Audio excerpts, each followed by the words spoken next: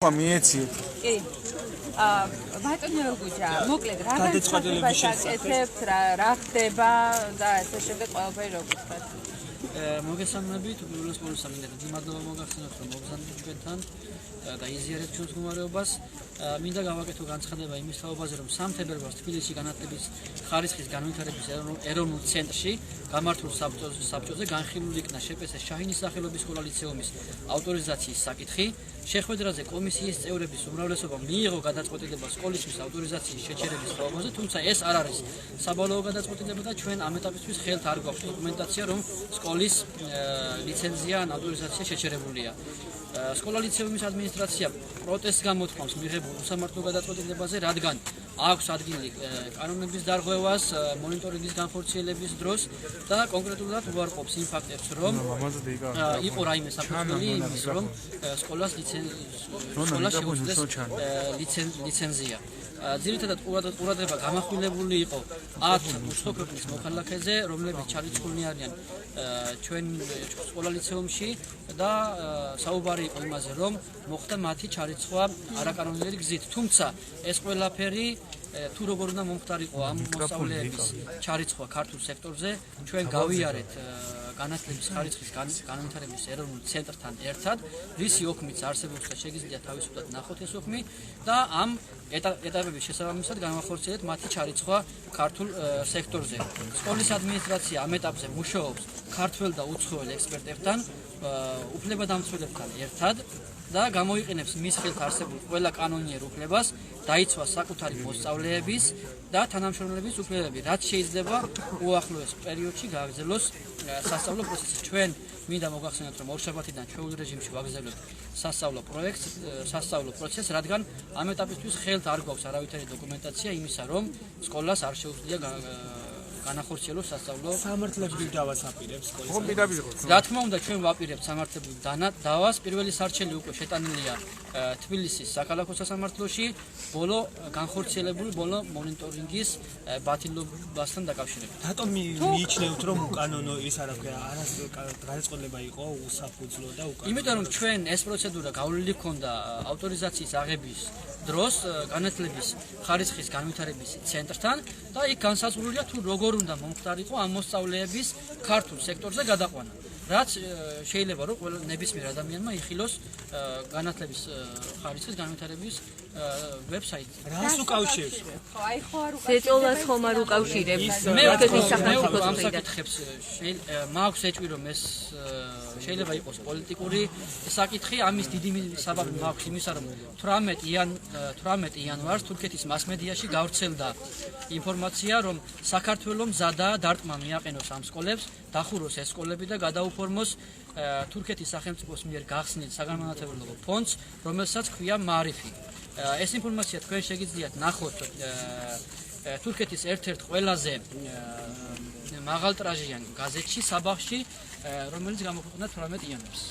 ანუ თქვენ გონიათ, რომ ეს კანონური პროცესია და ამის ეჭვი არსებობს, რა თქმა უნდა, მაგრამ რამდენად რეალურია ამის განსაზღვრა ალბათ სასამართლო და სკოლის განცხადებას ხო არ უკავშირებს, რომელიც რამდენიმე თვე გააკეთა და ტერორისტებთან დაკავშირებით. ვერ გეტყვით ვერაფერს ამ ეტაპისთვის, ჩვენ ველოდებით თუ რა იქნება დასკვნა ამ საკითხთან დაკავშირებით. ამის შემდეგ უკვე მივიღებთ შესაბამის გარდა ამ ბავშვების ინფორმაცია განცხადება და იქ დასახელდა კონკრეტული მიზეზები.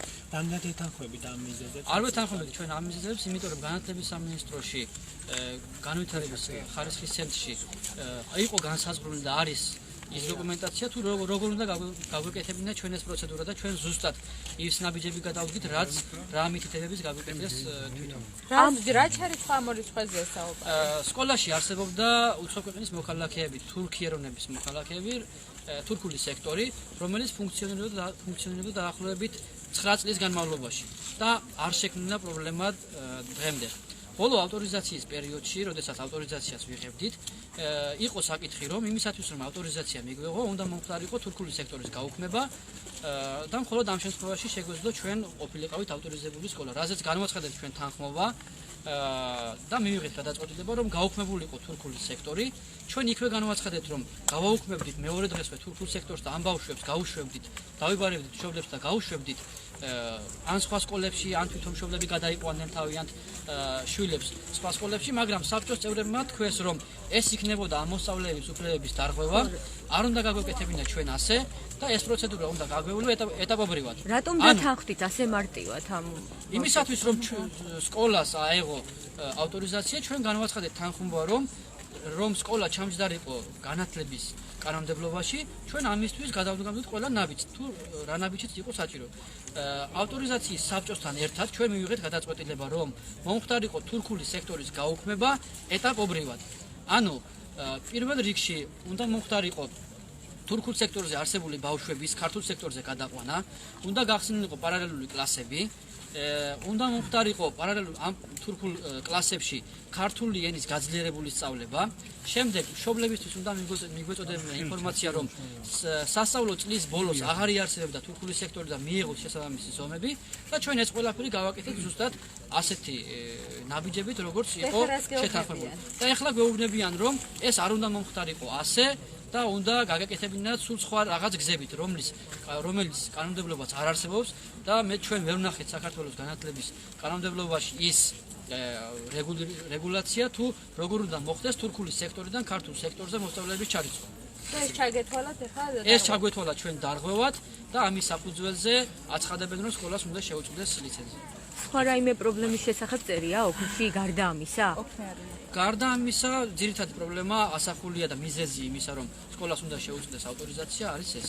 და თურქული სექტორის დახურვასთან დაკავშირებით მაინტერესებს, მაშინ თურქული სექტორი რო დაიხურა, კანონმდებლობასთან რაიმე შეუსაბამო იყო, რატომ დათანხმდით ასე მარტივად ამ სექტორის დახურვას? განათლების სამინისტრომ განაცხადა, რომ თურქული სექტორის არსებობა არ შეესაბამებოდა კანონმდებლობას და უნდა მიგვეღო ეს ზომები, რომ ჩამჯდარიყავით განათლების კანონმდებლობაში და ამის გამო გადაიდგა ეს ნაბიჯები. მადლობთ. მადლობა.